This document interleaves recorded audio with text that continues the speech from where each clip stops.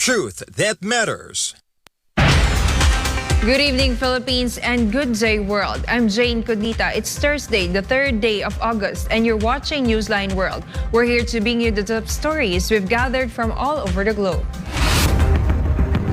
First, Pastor Apollo C. Kibuloy lauded Movie and Television Review and Classification Board, or MTRCB, for taking action over alleged indecent acts on a Philippine noontime television. In Niger, a coup leader visited Mali, raising speculations over the possible interests of Niger in the Russian paramilitary group Wagner.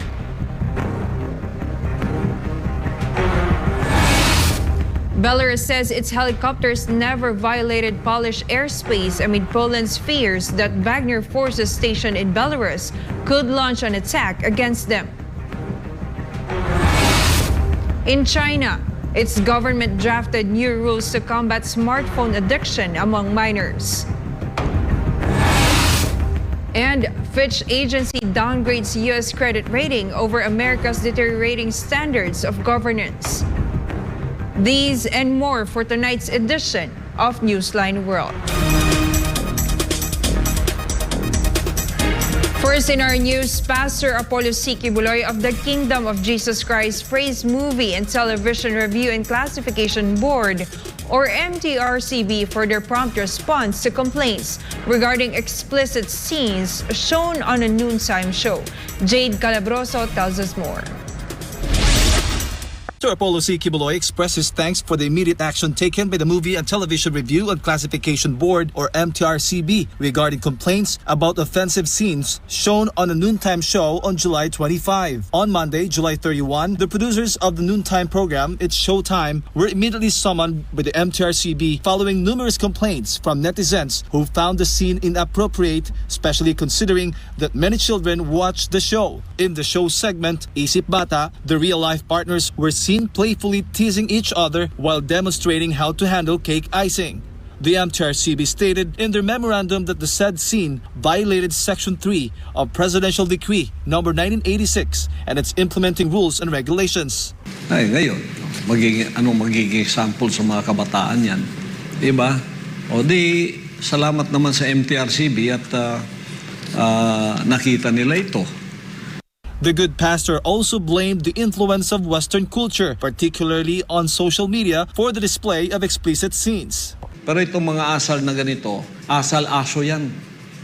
Galing sa degradation ng West yan eh. O, ito namang mga bunsang libutan, tinitingnan naman kung anong ginagawa nitong taga-kanluran, tapos sinusunod, pati kalaswan sinusunod. O, lalo nga may social media. Maghubad ang babae dyan, walang kaso yan. Parang natural na lang sa kanila yan. Lahat nandyan na.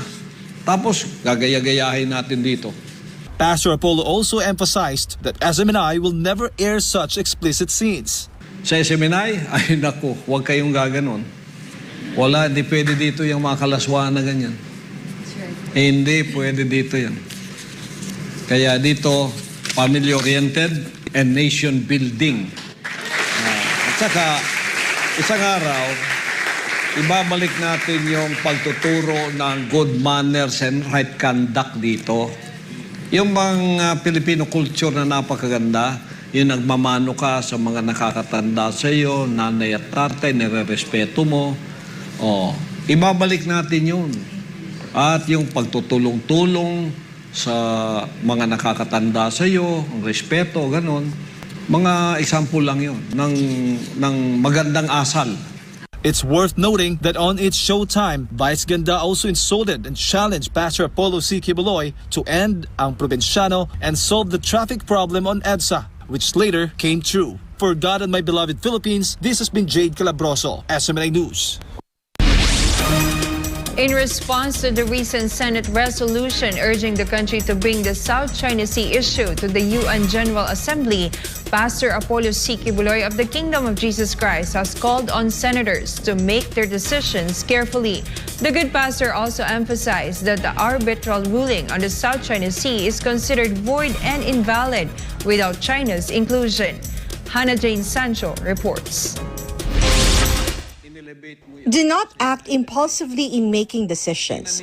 This is the call of Pastor Apollo Cignal on his program Give Us This Day on Wednesday, when asked about the issue of the Senate resolution condemning China's alleged harassment in the West Philippine Sea. To recall, Senator Risa Ontiveros previously suggested that the said issue should be brought to the United Nations General Assembly or UNGA. Senate President Mig Zubir supported her suggestion and said that the diplomatic protests against China should continue. Zubir also recommended to end the bilateral talks between the Philippines and China. However, on Tuesday, August 1st, the said plan has withdrawn to the Senate Resolution 718, but it still insists that the issue should be pursued in the international arena, and if China refuses to engage in dialogue, then the issue could be brought to the United Nations General Assembly. To this, Pastor Apollo said that senators should consider all situations first and to not let blind bravery prevail. Para sa akin, huwag pabugso-bugso sa inyong mga desisyon, mga mahal naming mga senador. No, kagalang-galang kayo at alam naming ang interes ng bansa ang inaatupag ninyo, pero kailangan magkaroon kayo ng wisdom. Wisdom. W-I-S-D-O-M. Maging wise kayo sa inyong mga pag-iisip. Alam ko itong ginagawa ninyo ito, nagpapakita kayo ng katapangan para sa ating bansa. Pero pagka ikaw ay isang mambabatas tulad ng isang senador, hindi lamang katapangan na blind bravery ang kailangan para mamuno ka. You have to be a wise leader. You have to have wisdom. Timbangin mo ang lahat ng sitwasyon bago ka magsalita, bago ka gumawa ng isang desisyon. According to Pastor Apollo, China has toughened its stance in the disputed waters after the issue was first brought up in The Hague during the time of former President Noynoy Aquino. He said that we have the right, but we lack the capability, because China has already rejected this arbitral ruling. It can be noted that The Hague refers to the Permanent Court of Arbitration in The Hague, Netherlands, where the arbitral tribunal issued its ruling on the South China Sea dispute. Nung inelevate natin ito sa international, nung unang pagkakataon, lalong tumigas ang tayo ng China. Lalo silang naging matigas sa kanilang tayo. Di ba? Lalo tayong ginipit. Bakit di natin magamit ang right natin? Sapagkat wala tayong kakayanan na i-enforce yun. Kahit right natin. Kasi kung i-enforce mo yun, magkakagera tayo at China. Pag i-enforce mo ang sarili mo sa pagkikipaggera sa China, meron ba tayong laban? Meron ba tayong laban? Kasi kung i-enforce mo yun, kasi right natin nga, okay, sinabi nung arbitral ruling na yun, na hindi naman kasali ang China. Pag hindi kasali ang China, parang void and invalid pa rin yun. Pastor Apollo also lauded the capability of former President Duterte in balancing the situation during his time, as he befriended China and did not forcefully push the issues that caused misunderstandings between the two countries. When Duterte came, and former President Duterte came, the wise leader that he was, he befriended China. He was that so wise a leader as to not really appease, but become a friend, to become an equal with them, na pag-usapan na lang ang mga bagay na ito. Kasi na-embarrass na ang China rin pag nilagay mo sila sa spotlight in the international arena tulad ng UN. Meanwhile, Pastor Apollo raised a question about whether the country is prepared for the next step if the issue is pursued and supported by UN member states, as the issue could potentially lead to war. Ang China, napakarami ng mga kakibat na mga bansa na tinulungan nila, naboboto for them. Tayo, makikipaglaban doon. Halimbawa, sinong bumoto sa atin? Okay, bumoto. Kayon, pag bumoto sila, halimbawa, nanalo tayo sa Butuan na ipilit natin. So, Agawin natin ngayon yung disputed na lugar na yon sa West Philippine Sea, which they call the South China Sea. Agawin natin. Tutulong kaya ang mga bansang itong bumoto sa iyo pag kayo ay... Ang end result kasi ito, puro gera eh. Pag pinilit mo yung sarili mo eh. Puro gera to eh. Pagka nakipaggera tayo ngayon, hindi lang tayo kasi yung arbitral ruling, wala tayong kakayanan. Kaya pupunta naman tayo doon, makikipagbangayan. Hindi na tayo makikipag-usap sa China. Tapos boboto yung mga kwan doon. Oo nga, sa inyo nga yan. Kumampi sila sa atin ngayon. Ngayon, anong gagawin natin sa susunod nang kumampi sila? Kasama ng Amerika, kasama ng ibang mga bansa. Anong gagawin natin? Ano ang susunod na hakbang? Pagkatapos nun, status quo pa rin ba? O ipipilit naman natin para kunin ang atin kasapagkat matapang tayo. For God and my beloved Philippines, this is me, Jayne Codnita, SMNI News. A panel of lawmakers has recommended extending the government ban to one of the Chinese messaging app over concerns of national security. For many Chinese Australians, WeChat serves as their lifeline to communicate with their loved ones back home. What pushed Australia to propose a ban on an essential tool that is driving business growth in China and supporting many Chinese Australians worldwide? Sheena Selim will tell us more. In the report submitted by the Australian Senate Committee, lawmakers have proposed extending the federal government's ban from the Chinese-owned video-sharing app TikTok to the Chinese messaging app WeChat. The recent report submitted by the panel of lawmakers labeled TikTok and WeChat, with its parent companies headquartered in China, as Australia's biggest national threat.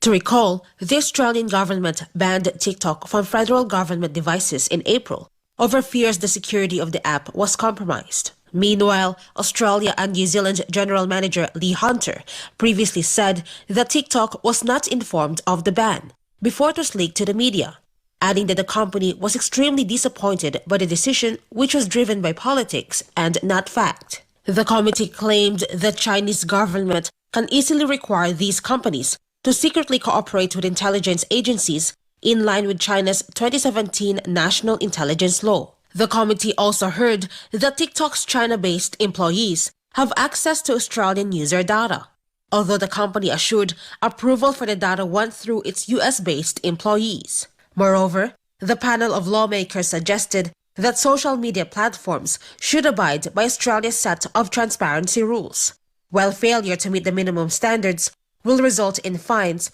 or a total ban as a last resort. Australia was the last country from the so-called Five Eyes intelligence sharing partners, which include the United States, Canada, Britain, and New Zealand, to have banned TikTok. The proposed ban on WeChat is the latest move from Canberra to crack down on the potential influence linked to Beijing amid a deepening tech war between China and the US. Reporting from New South Wales, this is Sheena Selim, SMNI News, Australia. The government of Australia is not giving up in its demand for Washington to end its pursuit of WikiLeaks founder and Australian citizen Julian Assange amid frustration for the lack of diplomatic resolution over the matter. Sasha Hassa has the details. Australian Prime Minister Anthony Albanese believes that the United States will be persuaded to drop the case against Julian Assange despite his request being rejected by Washington. In a recent interview, Albanese told reporters enough is enough and maintained that Australia remains firm in representing its stance to Washington when it comes to the long-awaited freedom of the WikiLeaks founder. The Australian Prime Minister also expressed concern about Assange's mental health. Meanwhile, Australian Foreign Minister Penny Wong also asked the US government for the charges to finally be brought to a conclusion, noting it has been dragging on for too long. In response to Canberra's plea, U.S. Secretary of State Antony Blinken said that Assange was charged with very serious criminal conduct and has allegedly taken part in one of the largest compromises of classified information in the history of the United States. It remains to be seen whether the embattled WikiLeaks founder will finally earn his long-awaited freedom or be extradited to the United States, where he faces a 175-year sentence. Assange's family has called on the Australian government to increase pressure on the United States in dropping the case against WikiLeaks founder, who has been in high-security Belmarsh prison since 2019. Reporting from Sydney, this has been Sasha Hassa, SMNI News, Australia. The Marcos administration should not be hastily judged, but rather given ample time to fulfill its promises, according to Pastor Apollo C. Kibuloy. Why did the good pastor say this? Let's find out in Ina Mortel's report.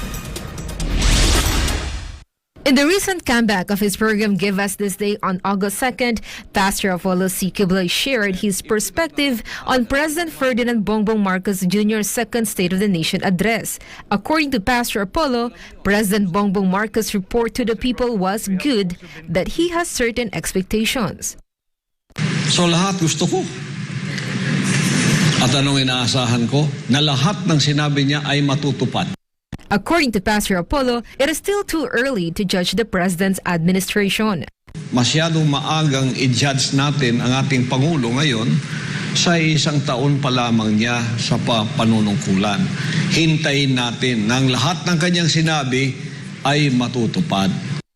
In relation to this, Pastor Apollo cited the time of former President Rodrigo Duterte, wherein Pastor Apollo waited for several years before speaking up, and so the former president fulfilled his promises. Si Pangulong Duterte, di ba pinangako niya? Kaya nung tinanong ako, one day kung ano masasabi ko kay Pangulong Duterte, lalo na nung first year niya, sabi ko, I cannot judge sa ngayon. Hintayin muna natin na tuparin niya ang kanyang ipinangako. At dumating ang panahon, tinupad niya lahat ng pinangako niya. Tapos tulad sa drugs, ang laki ng kaltas sa peace and order natin, naging maganda, di ba? So napakaganda ng mga nangyari. Pastor Apollo emphasized that President Marcos is still in the planting phase, so people should wait for the fruit of his efforts, which will serve as the basis for a leader's success. Ngayon, nagtatanim pa lang siya. Yung pagtatanim, pangako yan. Maganda lahat ang sinabi doon. Walang masama doon. Para lahat ng kabutihan natin yun. Pero, hintayin natin ang magkabunga yung sinabi niya. Ako doon ako mahatol sa bunga. Because I always manage by the results. I always judge by the results. This is why Pastor Apollo is praying for the success of the Marcos administration for the betterment of the country. Habang ngayon, manalangin tayo na magsaksid ang ating Pangulo. Magsaksid ang kanyang administrasyon at ang kanyang pamamahala. Sapagkat siya ang ating itinalaga, inihalal para diyan sa posisyon na yan. Ipanalangin natin na lahat ng wisdom, knowledge, understanding ibibigay ng Ama sa kanya para siya ang maging guide ng bansang ito, sapagkat siyang pamuno ngayon, siya ang ama ng bansang ito ngayon na umuunang nag-guide sa atin sa lahat ng dapat na ikabubuti ng ating bansa. So idalangin natin na magtagumpay ang kanyang administrasyon at ang lahat ng kanyang sinabi ay magkaroon ng bunga at magkaroon ng resulta. For God and my beloved Philippines, this has been Ina Mortel, SMNI News. On the helicopter saga, Belarus provided proof to Poland that its aircraft never crossed into Polish airspace. This is amid Poland's growing concerns and accusations that Wagner might wage a hybrid attack against them from Belarus. Carlo de la Peña reports.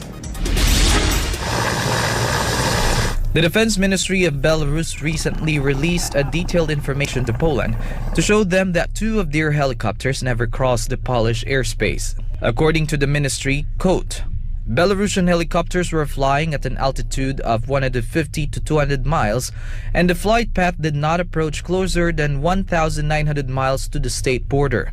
At the same time, on the same day, the Polish Mi-2 helicopter was flying 200 miles from our border, which was confirmed by control data of radar stations. End of quote. The ministry also said that the Minsk pilots were in constant communication with the Polish Air Force during their flights, and at that time, they did not receive any complaints, noting that any provisions in circumstances where both sides can unambiguously monitor the movement of aircraft would be clearly illogical. The statement of the Belarusian Defense Ministry came after the Polish government on Tuesday summoned the Belarusian Chargé d'Affaires in Warsaw to express a strong protest and to demand the official to immediately and explain the incident in detail. Furthermore, the military of Poland had initially reported that the Minsk helicopters had not crossed the border, but they later said otherwise. Poland said that radar data was not available because the aircraft were flying at the very low altitude. Amid rising tensions between Poland and Belarus, Warsaw recently announced an increase of its military size from 170,000 to 300,000 due to the presence of Wagner fighters currently stationed in Belarus. Minister Mateusz Morawiecki on Saturday claimed that more than 100 Wagner fighters arrived near the border and that this is a step towards an upcoming attack on Poland. But Belarusian President Alexander Lukashenko scoffed at the claims, saying that Poland had gone mad over Wagner rumors. Belarusian military is currently training with Wagner forces. Meanwhile, U.S. State Department spokesman Matthew Miller said they are in constant communication with Poland, which was made zero move to invoke the Article 5 of the alliance. U.S. National Security Council spokesman John Kirby on Tuesday said that Washington was not aware of any specific threat from Wagner against Poland or any other of their NATO allies, but was closely monitoring the situation. Reporting, this has been Carlo de la Peña, SMNI News. Amid the coup d'etat in Niger, France begins evacuating its citizens from the African country, a day after neighbors Mali and Burkina Faso said that any outside intervention to restore the ousted government would be seen as a declaration of war. Almar Forzuelo files this report. Earlier this week, 3 French planes arrived in Niamey, the capital of Niger. The first plane left on Tuesday evening, carrying French citizens and other European nationals. French Foreign Minister Catherine Colonna said there are 262 people on board the said plane, an Airbus A330, including a dozen babies. This involved the Macron government cooperating with coup leaders to coordinate the evacuations and navigate Niger's closed airspace. With the country's airspace and airports closed to all flights, foreign nationals in Niger are unable to leave the country by their own means. The only way out is on evacuation flights, and those who want to leave are asked to take only a small bag with just essentials, as they cannot take a suitcase. This comes amid safety fears after dozens of Nigerian demonstrators burned French flags and stormed the country's embassy in Niamey on Sunday morning. An estimated 600 French citizens have expressed their desire to be evacuated from the African country in the coming days. Roughly 400 Europeans of various nationalities have also requested evacuations. However, the European Union has not yet issued a formal evacuation order. The EU will keep its presence in Niger and is monitoring the situation in the country. On July 26th, soldiers ousted Mohamed Bazoum, the country's democratically elected president, declaring that his government had been dissolved. 2 days later, General Abdourahmane Tiani, the commander of Niger's President Guard, was appointed head of state by a governing council formed by military forces. Following the military takeover, UN Secretary General Antonio Guterres condemned the coup, called for the immediate and unconditional release of Bazoum, and urged all sides to show restraint. However, the military governments of neighboring countries, Mali and Burkina Faso, warned that any outside intervention to restore the ousted government would be seen as a declaration of war. West African Regional Bloc ECOWAS has threatened to use force to reinstate Bazoum, while Mali and Burkina Faso said they would come to Niger's defense. A declaration by the two neighboring countries earlier this week also suggested a new alliance may be forming in opposition to the rest of the 15-member state bloc. On other Niger updates, its military government has banned the export of uranium and gold to France on Sunday. This comes after Paris suspended aid to Niamey following the coup. Niger is one of the world's 7th largest uranium and gold producer, accounting for 5% of global output. According to the World Nuclear Association, French media reports say the country accounts for 15 to 17% of uranium used in France to generate electricity. According to the European Atomic Energy Community or Euratom, there is no immediate threat to nuclear power production if Niger suspends supplies because utilities in the EU have enough uranium stocks to fuel nuclear power reactors for 3 years. However, it can be expected that global uranium prices are likely to rise. This is Almar Forsuelo reporting, SMNI News. In Sudan, the fierce fighting between the two militaries continues to go as the days go by. Meanwhile, Sudan receives humanitarian aid from China to help civilians trapped in the conflict. Vigan has the details.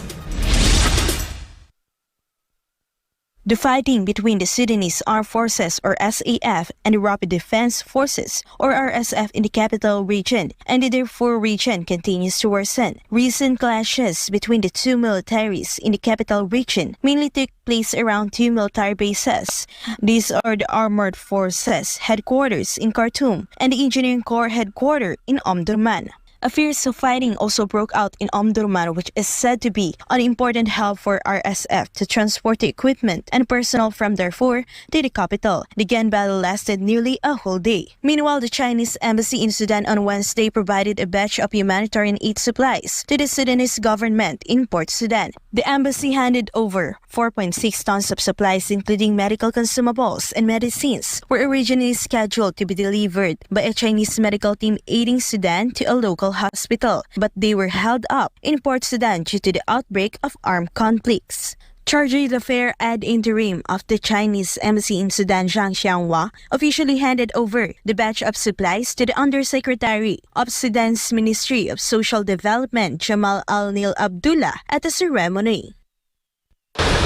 今天我们移交的首批援物资包括医疗器械、医疗耗材和药品等，有助于减轻苏丹的人道压力。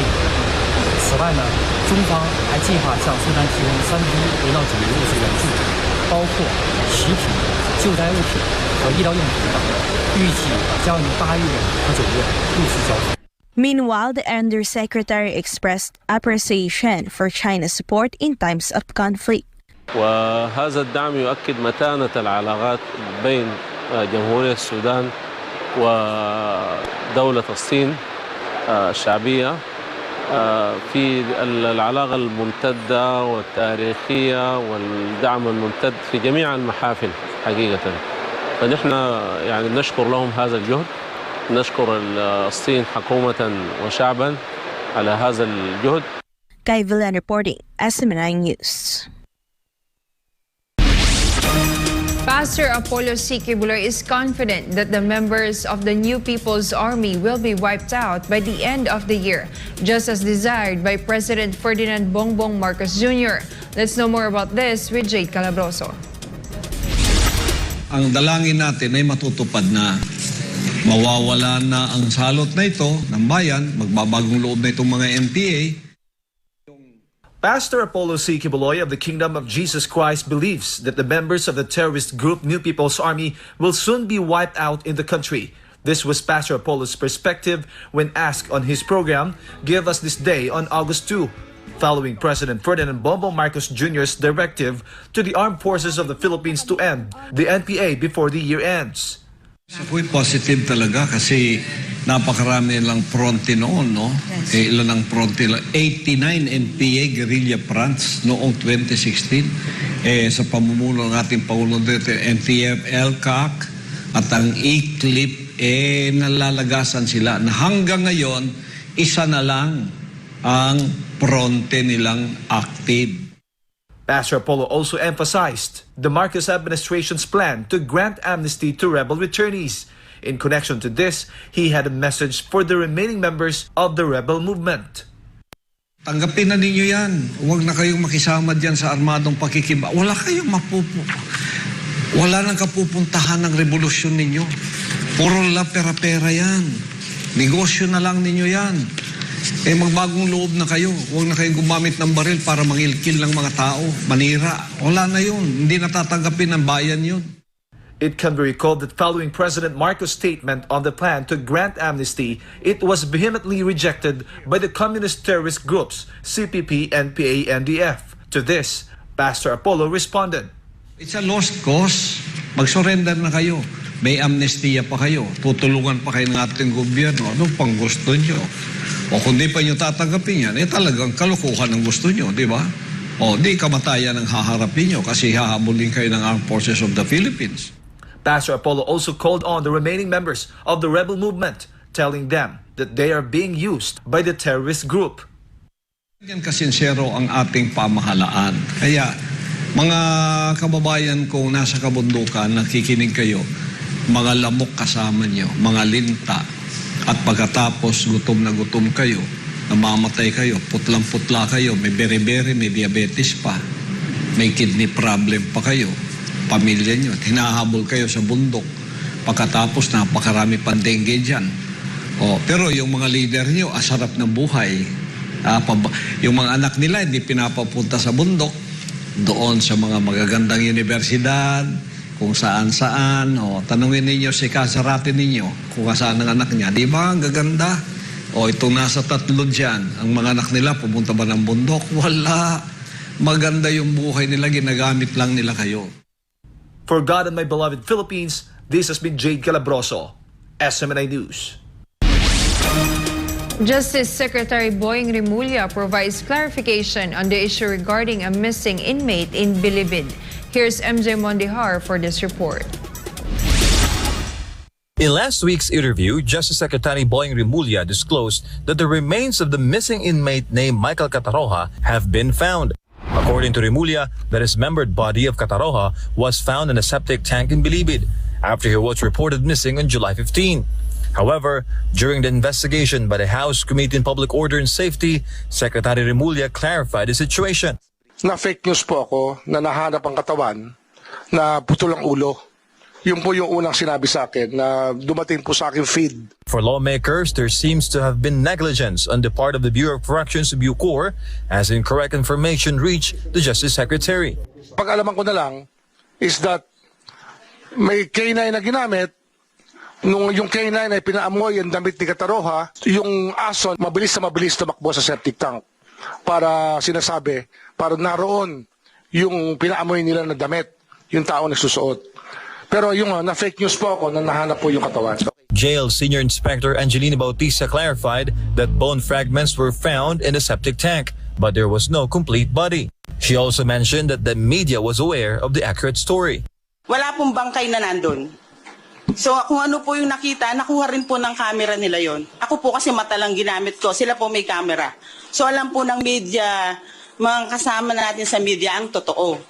So fake news po talaga yung nakarating kay Secretary, not coming from us. Antipolo Representative Romy Acob questioned Bautista for seemingly avoiding responsibility after the spread of fake news to the DOJ Secretary. Who informed the Secretary of Justice about the fake news? Hindi po namin po alam, sir. Ibig mo sabihin from nowhere. Yun ang sinabi ni Secretary of Justice. Secretary of Justice yan, wala siyang basehan sa sinasabi niya. Yung pong nag-inform. Sana nga nandito si Mr. Secretary para marinig yung sagot mo eh. So, ang position ko ngayon, not unless nabuksan ko lahat yung septic tank, I will not declare na... So, hindi nyo pa nabubuksan na lahat ng septic tanks? Opo. Hindi pa hanggang ngayon? But Bautista maintained that the information didn't come from their side. The National Bureau of Investigation has yet to determine whose bones were found in the septic tank. We have gathered items such as brief underwear.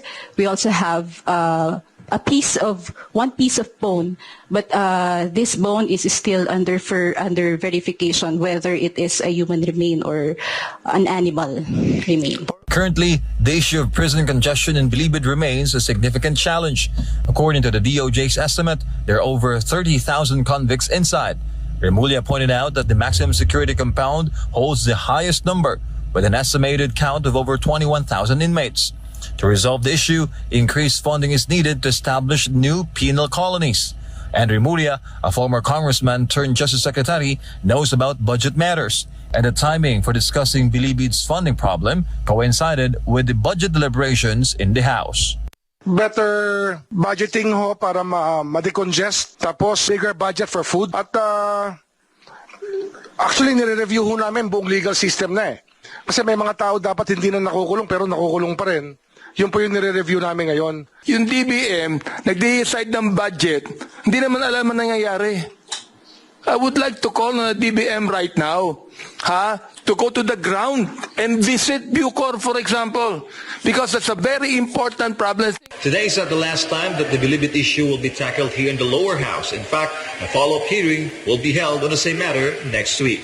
For Government of the Philippines, I'm Jem Ondihar, SMNI News. Meanwhile, China has proposed a new law to protect young internet users, limiting nighttime mobile access and mandating age-appropriate consent to address online addiction concerns. Here's my report.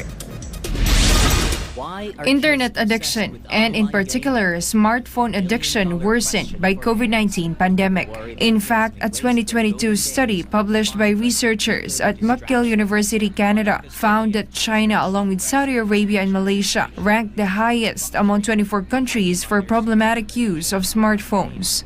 A Chinese paper, Global Times, also conducted a survey showing that 21.3% of children under 16 whose parents go out for their homes to work have severe smartphone addiction. In response to this growing concern among Chinese youth, the Cyberspace Administration of China, or CAC, recently unveiled a proposal aimed at curbing excessive smartphone usage and exposure to harmful content. According to the draft rules published on the CAC's website, non-adult children will be prohibited from accessing the internet via mobile devices between 10 p.m. and 6 a.m. Moreover, teenagers aged between 16 and 18 will be limited to a maximum of 2 hours of mobile usage per day. The proposal also requires online platforms to promote lullabies for children under 3 years old and educational content for those under 12. The CAC explained that the primary aim of these measures is to protect minors and reduce internet addiction while curbing the impact of undesirable information. To ensure compliance with these regulations, the CAC has specified measures such as periodic checks and assessments, as well as granting access to data and technology upon request. Platform providers will be held accountable for enforcing the CAC's requirements. However, specific penalties for violations have yet to be detailed.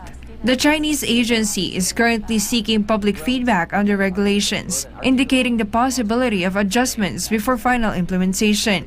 This move is part of a broader campaign initiated in 2021 by the Chinese government to address social concerns related to minors. In previous actions, China imposed restrictions on online gaming for children and declared for-profit after-school tutoring illegal. The announcement of these stringent rules has had an immediate impact on Chinese technology shares, with notable companies such as Kuaishou Technology, Weibo Corp, and Tencent experiencing declines in their stock value.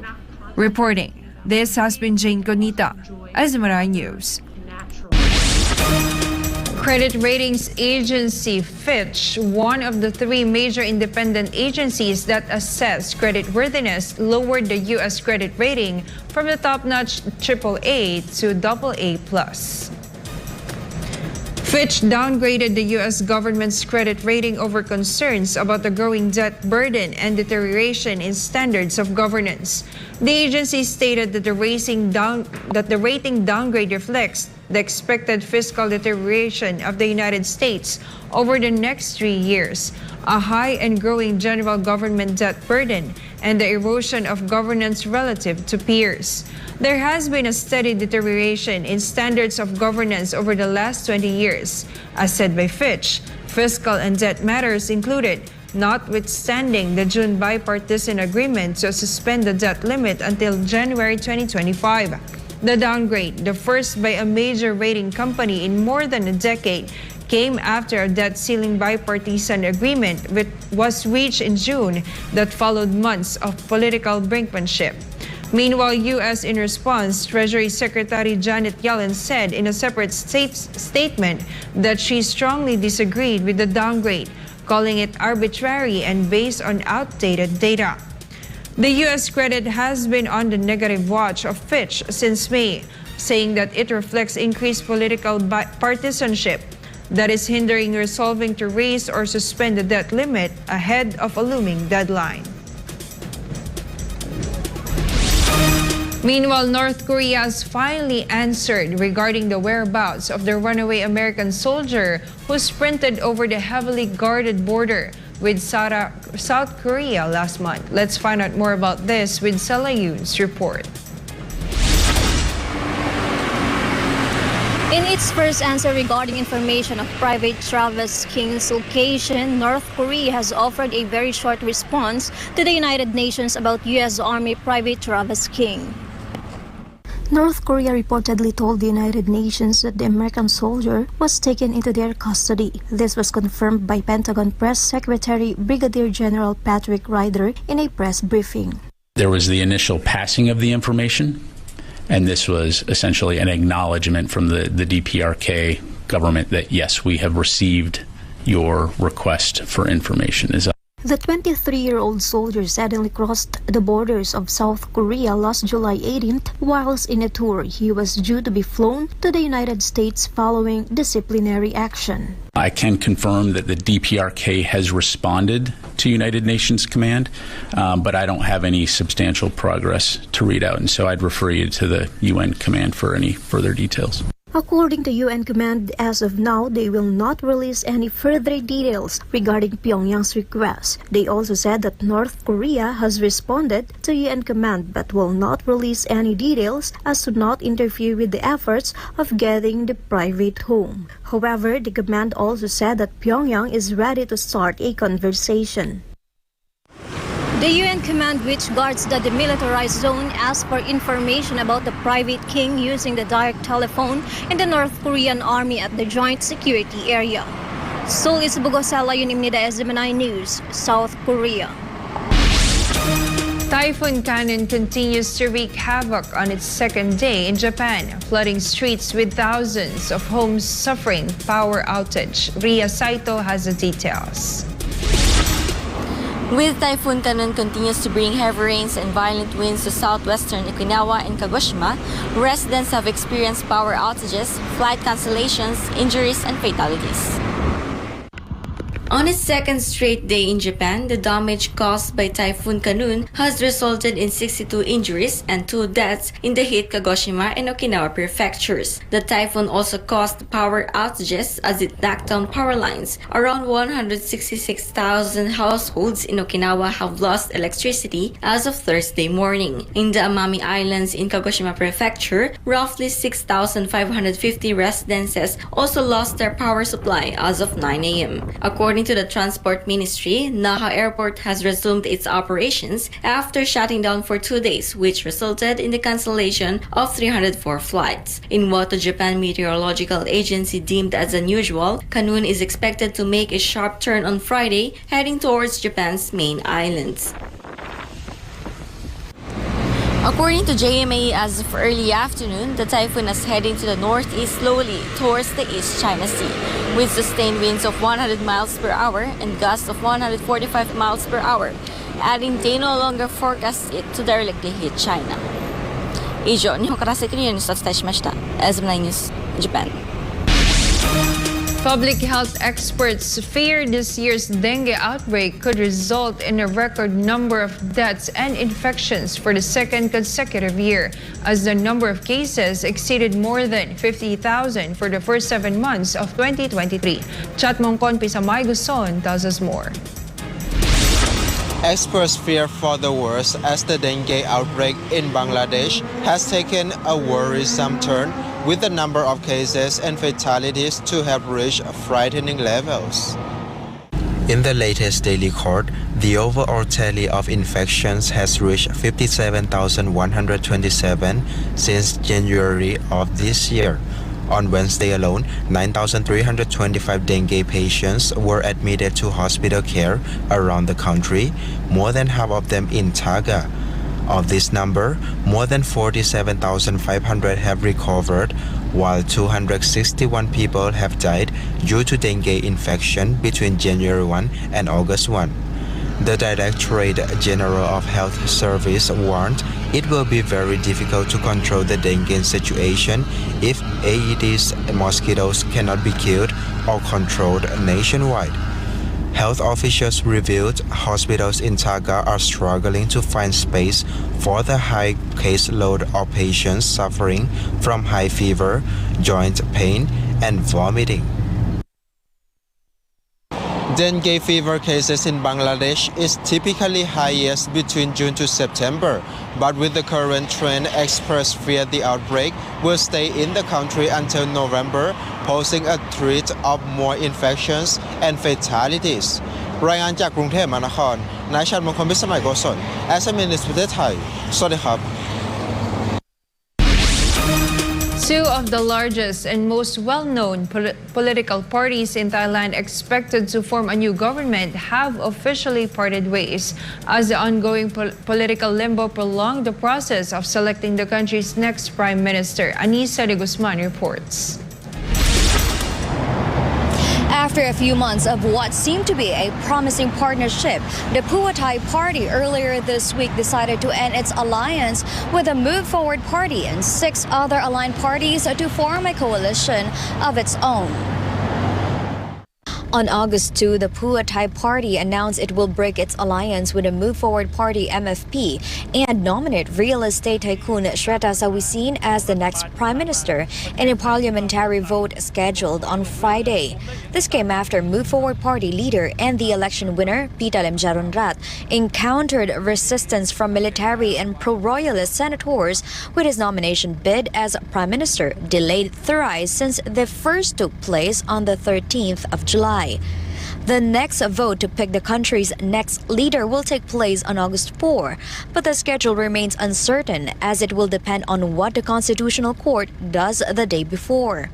On August 3, the Constitutional Court will decide whether to accept a petition related to Pita's previously rejected renomination for Prime Minister.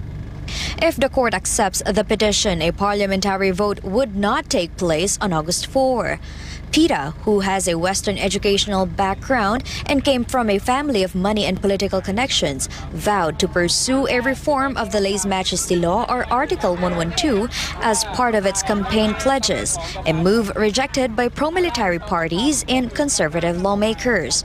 He is currently suspended from parliament duties after the Constitutional Court accepted a case that alleged he was not eligible to run in the election.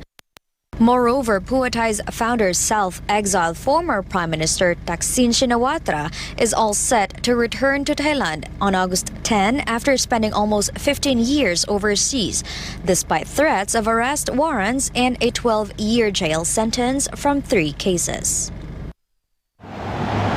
In May, a faction of Pheu Thai supporters urged the party to distance itself from the MFP due to an internal disagreement concerning the House Speakership post. The two allies managed to meet halfway and solve the dispute, but the obstacles in nominating Pita as the next prime minister, as well as opposition from other parties to make amends to the controversial Lèse Majesty Law, urged Pheu Thai to leave the coalition. Disha Anissa de Guzman, Trangan Chakuntep Mahanakon, SMNI News, Pratat Thai, Sawadika.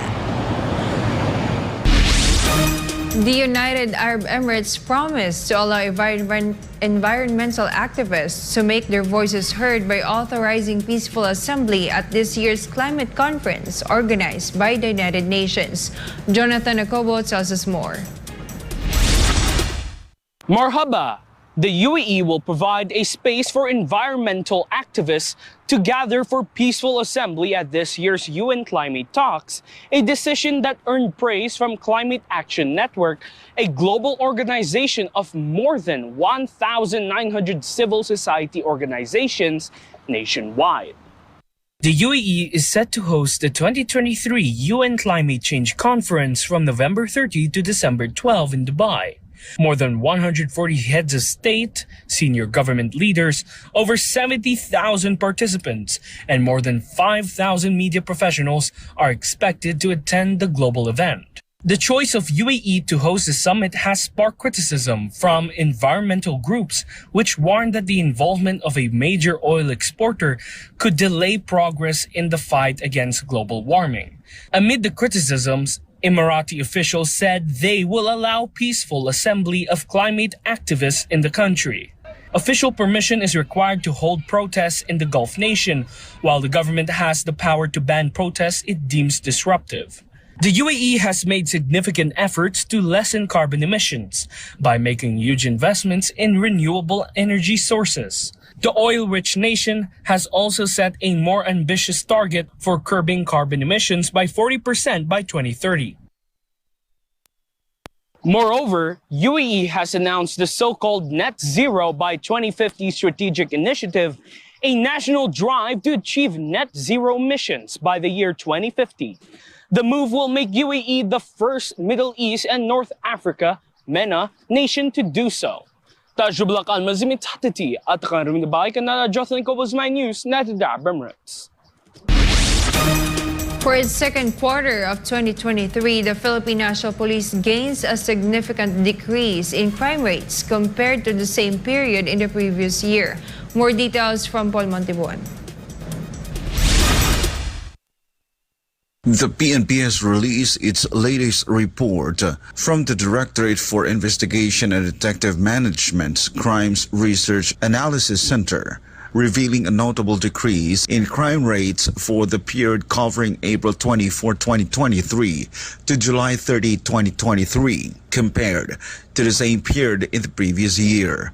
According to the report, the overall peace and order indicator saw a promising decline of 6.69%, or the total of 3,737 incidents, with a total of 52,163 recorded crimes in the comparative period, as opposed to 55,900 incidents in 2022. Notably, both Luzon and Mindanao regions experienced a significant decline in crime rates, with decreases of 10.51% or 3,300 and 9.51% or 1,326 respectively. The Visayas region meanwhile saw an increase of 8.4% or 889 in reported incidents. PNP Chief Police General Benjamin Horder Jr. stated that the decrease in crime rates is a positive indication of the efforts made by the National Police to maintain peace and order across the country. Horder also assured the public of maintaining safe environment for all the citizens. The data also revealed significant changes, particularly in the top 3 most prevalent index crimes. From April 2022 to July 2022, theft topped the list with 3,708 incidents, followed by rape with 2,702 and physical injury with 1,515. In the same period of 2023, theft remained the most prevalent with 3,259 incidents, while rape decreased to 1,834 and robbery replaced physical injury with 1,197. Horder emphasized the importance of addressing these specific crimes and implementing targeted strategies to further reduce their occurrence. PNP Chief Horder also encouraged the public to remain vigilant and continue cooperating with the law enforcement agencies to maintain the downward trend in crime rates. He also assured that the Philippine National Police would sustain their commitment to creating a safer environment for all citizens. For God and for my beloved country, the Philippines, reporting for Newsline World, this has been Paul Montimon, SMNI News. In Canada, hundreds of caregivers from different provinces of the country gathered at Earl Bales Park, Ontario, to celebrate the 6th anniversary of the Canadian Caregivers Assistance Organization, or CCAO. Let's find out more about this from Merx Buzara. OFW caregivers here in Toronto, Canada held its 6th OFW Caregivers Day to appreciate their hard work and sacrifices as well as their contribution to Philippine economy. Hundreds of caregivers coming from different provinces of Canada gathered at Earl Bales Park to celebrate their 6th anniversary. It is to give honor and recognition for all the hard work and sacrifices of our OFWs who flew from the Philippines to support their families. The celebration brought the Filipino community in Canada closer than ever. OFWs also received prizes from the event. Various organizations also took part in the event to spread their advocacy to caregivers. Although they encountered bad weather during the celebration, it did not hinder them in having fun and promoting their message. Under the mentorship of Mr. Alan Basa, SICAO educates the OFW about the opportunities and rights here in Canada, as well as equipping their skills and training them to improve their competence and compatibility. This community mentorship program is to take advantage of the experience and success of our kababayans na naging successful dito sa Canada, and we want them to mentor the caregivers, mentor the newcomers, and pass on their skills so that whatever field the caregivers and newcomers want to pursue, there's somebody who can mentor them. Our program on the itong mga caregivers that are abused, we continue to rescue them from abusive employers, and we continue our programs for education. Language. Tutorials for those who have hard time passing the language exam, and many other programs that we continue to do. Whether it's summer, winter, fall, or spring, we're there. No? Mr. Alan Basa also shares the main and common struggles of the OFW caregivers who decided to fly here from Philippines to Canada. Ating mga caregivers are still being confronted with a very high, unreasonable, and unjust eligibility requirement. And marami po talagang umiiyak na dahil nagiging very elusive ang kanilang hinahangad na ma-reunite sa kanilang pamilya by becoming a permanent resident. So, we have petitioned that in the past. There were short success and victories. May programang pinapalabas dahil sa ating mga apila at petisyon, but they're short-lived. Now, marami pa rin ang naiipit. So what we now are doing is to continue petitioning this new administration of the Canadian Immigration, IRCC. Meanwhile, fellow Filipinos coming from different provinces shared their thoughts as they showed up at the event wearing a colorful attire from the Mindanao tribe. Kailangan natin matulungan yung mga bagong mga generation ngayon. Natin sa kanila, explain natin yung mga culture sa Filipino para ma-preserve yung values at malalaman nila kung ano yung mga iba't ibang tradition sa Mindanao. Kasi yung mga new generations ngayon, hindi nila alam. So kailangan i-introduce po natin sa mga anak natin, lalo na yung dito na na-born but they are Filipino-Canadian. In addition, despite the controversies and issues that the media is facing, fellow Filipinos still show their support to SMNI, especially to Pastor Apollo C. Kibuloy. Ang masasabi ko sa SMNI, yan lang ang station na nagsabi ng totoo. Truth that matters, and I love Pastor Kibuloy. Pastor Kibuloy, we're here to preserve our cultural heritage in Mindanao, and I know that you are one of the benevolent and who advocate the indigenous tribes in Mindanao. I am one for you. Thank you. Mabuhay! For my God and my beloved Philippines, this has been Merx Buzarang, SMNI News, Canada.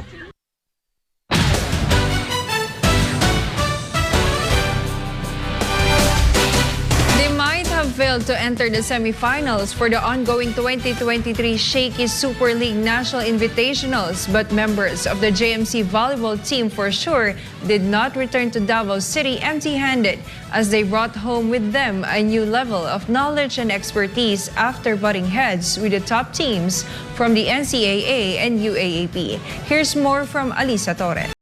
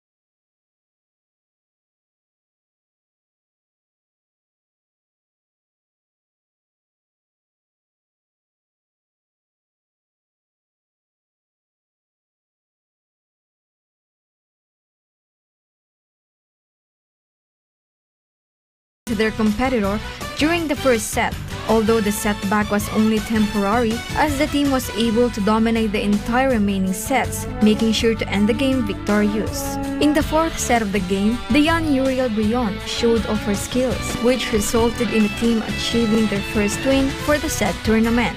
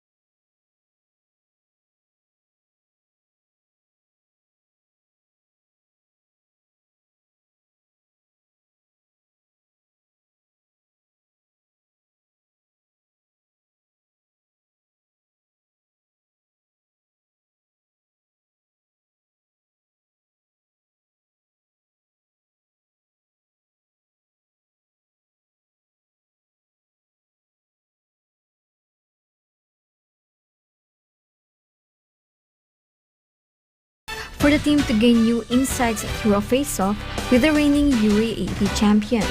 An assault team is the strongest team in the Philippines now when it comes to the collegiate level. The whole UAAP and the top league of the country is the UAAP. They hold the UAAP and then they are really good. Very fortunate for us to play with them. Very fortunate for us. And we fought. Hindi kami iniwan. Lumaban kami. Despite of all the weaknesses that we had. The Lady Royals said that they learned many lessons in playing against top teams at the national level. Iba yung mga players dito. Matataas sila, matatangkad. Unlike kung sa amin doon, like, okay lang kahit hindi ko kamalit.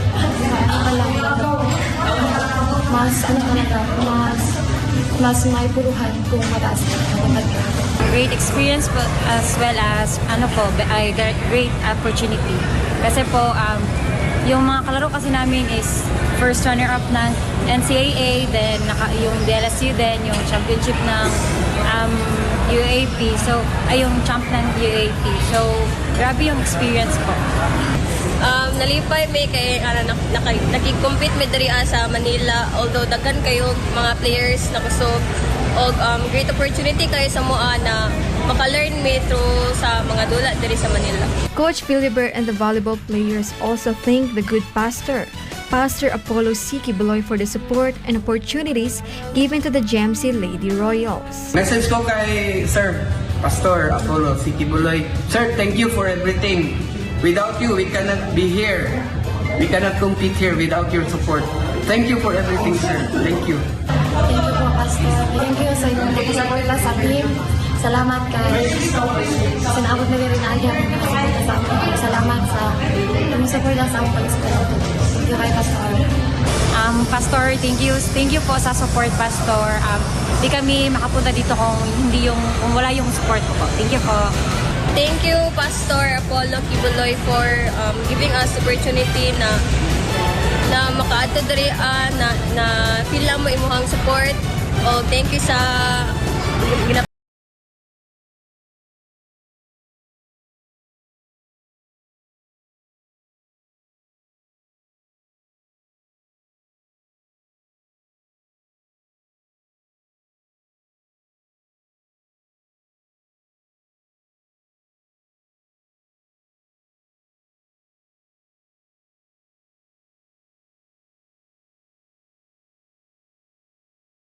And before we end, may you be inspired with the message of the appointed Son of God.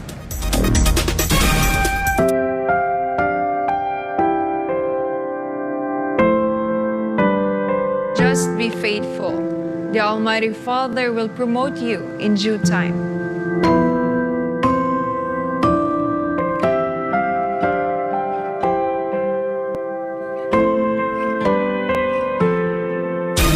And that's all for today's edition of Newsline World. For more news update, you may visit SMNInewschannel.com or follow us on our official social media accounts on Rumble, Facebook, and Twitter. For God and my beloved country, the Philippines, I'm Jayne Codnita. Thank you for watching Newsline World, and thank you to our beloved pastor, Pastor Apollo C. Kibuloy, for the opportunity to be part of this program. May you continue to listen to SMNI as it delivers nothing but fair, truthful, and balanced news, because SMNI is your source of credibility.